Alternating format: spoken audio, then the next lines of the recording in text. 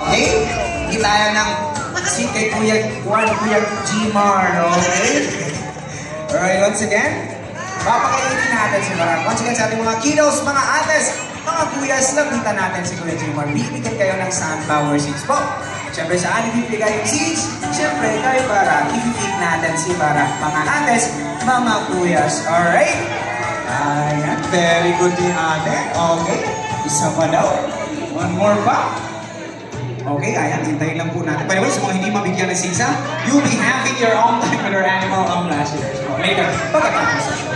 Okay, once again guys, that is Barak, our blue and gold mako with the scientific name of Ara-Ararona, meaning genius. Why are they called geniuses? Because they have the mental capacity of a 4-year-old child. Po, sumagkasing talino lang ni Barak ang amataong gulang na bata. Just like most parents guys, si Barak ay may tinatawag na zygodactyl feet. What is zygodactyl feet nga ba? Papakita yan ni Barak using a Filipino footwear called Kadang-Kadang. Alright, na Barak. Suot. Backline yan is zygodactyl feet on our folks. With the front, to the back, allowing them to grab items. So, marching it boy. Left, right, left, right. O, dahan-dahan na naman. Diyan matalas yung table.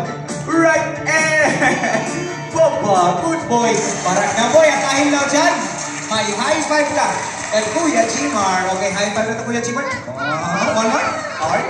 Alam niyo ba guys, napakalambing nito ni Barak folks. Na Barak, kiss to Kuya Gmar daw, be? O, kiss. Bigyan ng kiss si Kuya Gmar.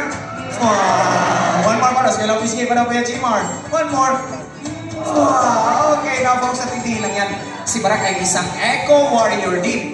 Who here segregates their trash? Sino sa inyo dito nagsesegregate ng kanilang mga basura? Anyone? Taas kamay. Okay, si ma'am. Sino ba? Sila ate. Okay. Okay, si nanay. Yung iba, hindi ka nagsesegregate? Ako po ngayong umaga, tuturuan tayo para paano mag-segregate ng kanyang basura. So,